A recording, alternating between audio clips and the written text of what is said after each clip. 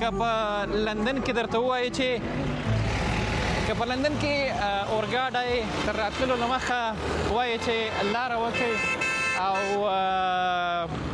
ټرین راځي، خو دلته داسې نه ده. په منډه به ترې کوزېږئ او په منډه به ورخیزئ. دا یو داسې ښار دی چې یوازې څو لسیزې مخکې د کب نیونکو یو کلی و، خو بیا راوروسته دلته دومره لوی ښار شو چې دا وخت د نړۍ په 10 لویو ښارونو کې راځي.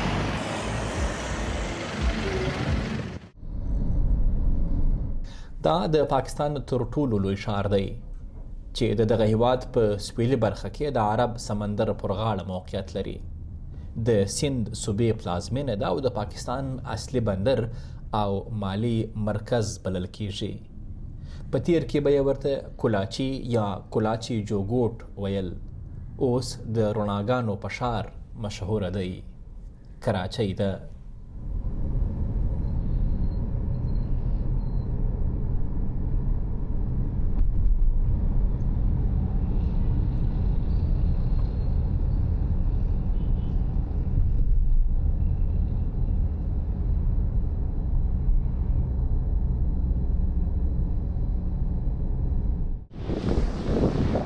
دا د عرب سمندر دی، زورور نه ختمېدونکی چې اټکل یې اسانه نه دی. د کراچۍ په ساحلونو یې څپې نن آرامې ښکاري، خو د همدې آرامۍ تر شا یو لوی خطر هم پټ دی. پاکستاني چارواکو بیا سخت خبرداری ورکړی چې د سند ډیلټا او د پاکستان د ساحلي سیمو په اوږدو کې سمندر تر خپلې کچې لوړېدلی شي او خطر شته چې په راتلونکو 4 لسیزو کې کراچۍ تر اوبو لاندې شي. د میلیونونو وګړو ښار، د پاکستان مالي زړه چې د اقلیمي بدلون په لومړۍ کرښه ولاړ دی.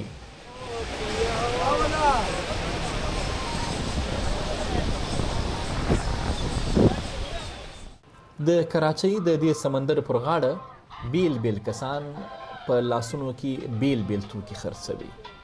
همداسې دغه یو کس هم راغی. بصیر جوګي نومیږي او دی ته راغی، وایي چې وایم څه خرڅوې که نه، وایي مار را سره دی، مار در ښکاره کوم.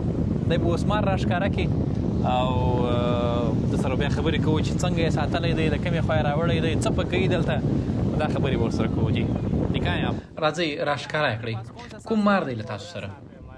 کوبرا مار دی، د سند د تر سیمې له عمرکوټ څخه م راوړی دی. نو دلته څه پکوي؟ خلکو ته ښکاره کوي؟ بلې هو، خلکو ته یې ښکاره کوم. آیا خلک ترې ډارېږي نه؟ نه، خلک یې ور اخلي، ځینې خو یې ان په غاړه کې واچوي.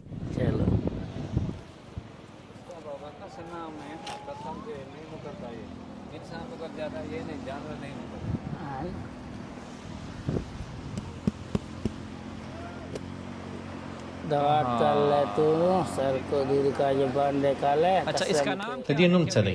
تور کوبرا. نه خپل نوم دې نه دی پوره شي؟ نه. اچھا ښه، نو د خوراک لپاره څه ورکوئ؟ غوښه، شیدې او هګۍ ورکوو. له کومه راهیسې دا کار کوئ؟ زموږ ژوند له همدې کار سره سوی دی. آیا دا زهر لري یا خلک چیچي که نه؟ زهر یې سته، خو څوک نه چیچي ځکه چې دم کړی مو دی. ستا کور چیرې دی؟ تر کې دی؟ بلې هو، په تر سیمه کې دی، عمرکوټ کې. هلته مارونه ډیر دي که لږ دي؟ ډیر مارونه دي هلته، د مارونو وطن دی. موږ بس 1 یا 2 پکښې ونیسو، دلته یې کراچۍ ته راوړو او خلکو ته یې ښکاره کوو. نو دلته چې خلکو ته دا مار ورښکاره کوئ نو څومره پیسې ترې اخلئ؟ هر څو چې زړه وي 1000 کالدار هم کېدلای شي، 500 یا 200 هم، چې څومره یې زړه وي. موږ څه زور نسو ورسره کولی او نه هم 5 یا 10 زره ترې غوښتلی سو. د دې مارانو عمرونه څومره وي؟ د دوی هم د 100 کلونو شاوخوا وي. नहीं इनका कितना होता है 100 साल ही उम्र होता है 100 साल او دغه چې اوس له تا سره دی دا د څومره عمر دی؟ دا د 2-3 میاشتو دی، لا ماشوم دی. نو آیا زاړه ماران هم در سره سته؟ ستا خو هغه زموږ له استادانو سره وي. د ورځې څو ساعته کار کوئ؟ له سهاره تر ماښامه یم دلته. نو له سهاره تر ماښامه څومره ګټې؟ بس چې په نصیب کې مو وي 1000 یا 1500. هلته په تر سیمه کې تاسو ماران څنګه نیسئ؟ ډیر دي که لږ دي هلته؟ هلته د بارانونو په موسم کې دوی ډیر راوځي او بیا هم پسې ګرځېدل وي چې هر چیرته پیدا سي. هلته تر ډیره پورې ریګونه دي او په هغو ریګونو کې دوی ګرځي.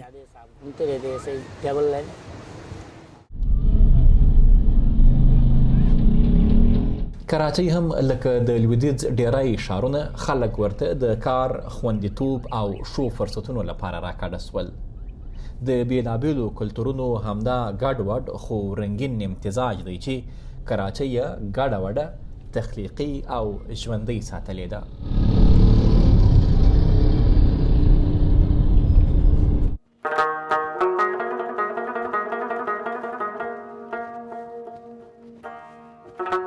که لندن بورو مارکیټ لري نو کراچۍ امپریس مارکیټ لري. لا ډیر شور، لا ژور تاریخ او خالص خپل اصل.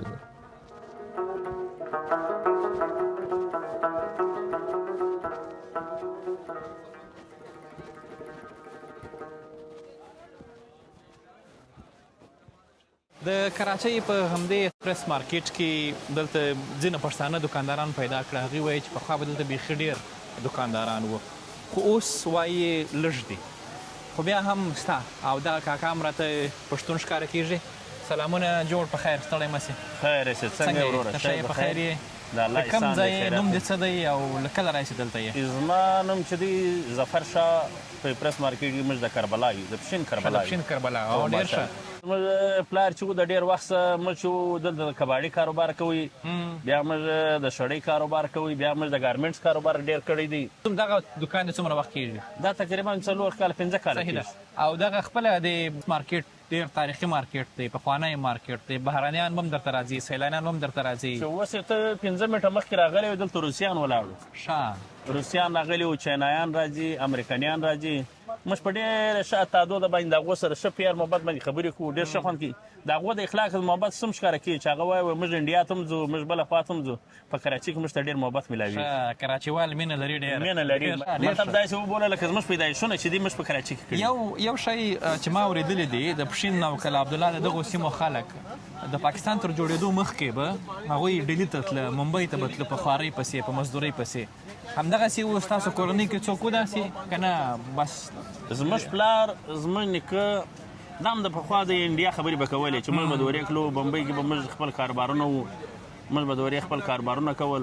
دغه زموږ نیکهګان به هم دا زړې زړې خبرې کولې چې سره ناست به ګپې به لګېدلې، نو دغه خبرې به کېدلې. نو چې دوی به دغه زما پلار په خپله څو واره انډیا له تللی دی په خپل ورور پسې، نو ده به ویل ول هغه به کاروبار کوي، بیا به ډېر وخت بعد به بیا ښکاره سولو، بیا به زه پسې ولاړم، را به م وستی. دلته د پښتنو چې دغه لږ څه دوکانونه شته، په هغوی کې دوی کاروبار څه دی، څه کوي؟ مطلب زیاتره چې زه داسې ورته وګورم، زموږ د خپل کلي کربلا والا چې دی هغه د برف کاروبار سره ډېر تعلق لري. برف؟ هو، برف راوړي، خرڅوي.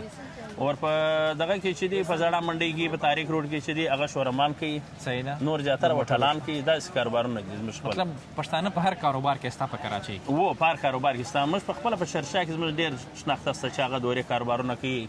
سلامونه شوکت خان، څنګه یې؟ په خیر یې؟ والله کباجي ستا سال ته ښه جوړې په خیر. شکر دی. دا راته ووایه چې د څه شي کاروبار کوې؟ ما خو دغه د امپرس مارکیټ کې د تیلو کاروبار دی. دا د بادام تیل دی، سرسو تیل دی، کلونجي تیل دی، زیتون تیل دی، د بیشتالو تیل دی. ښه، او له کله راهیسې دلته یې؟ څومره وخت کې؟ تقریبا په 88 کې راغلی یم کراچۍ ته. 88 کې راغلی یم. دا زموږ د والد صاحب کلتوري کار دی. ښه، زموږ والد صاحب چې سریلنکا کې و، د هغه نه مې دا ایجاد اخیستی دی. اوس مې بچي دي ماشاءالله، ځوانان دي. پلار دې کله سریلنکا ته کله تللی و؟ سریلنکا ته تقریبا تللی و په 51-52 کې.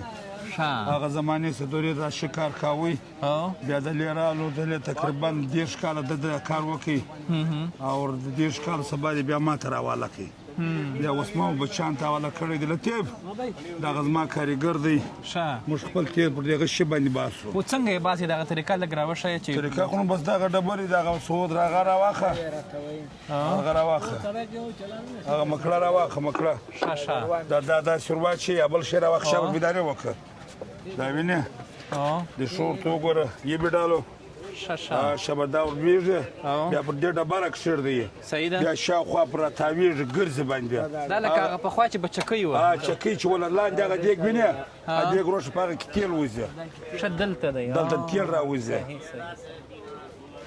دا د تیل راوځي او دا د تیش تیل راباسي دا د خوراک تیل چې دی د بادام د په خوراک خلک استعمالوي چې جسماني کمزوري یې د کوپرې د په خوراک استعمالوي د زیتون د په خوراک استعمالي موږ خپل لاسي بس دا مشنان هم راوتلي دي خو هغه یې سوځي د مشین تیل چې دی هغه یې سوځي هغه تاثیر یې ختم سي دا اورجینال دی داسې دی لکه زموږ پښتنو کې د لاس غوړي چا غوړي چې ورته وایي دا داسې تیل دی په لاس باندې راباسي خپله دلته سیلانیان راځي له بهاره خلک راځي بهرنیان راځي انګریزان دا اوس 5 منټه مخکې تقریبا یوه پارټۍ راغلې وه بس خپل تصویران هلې زوړ تاریخي مارکیټ دی کې وینې ستا په مخ کې دی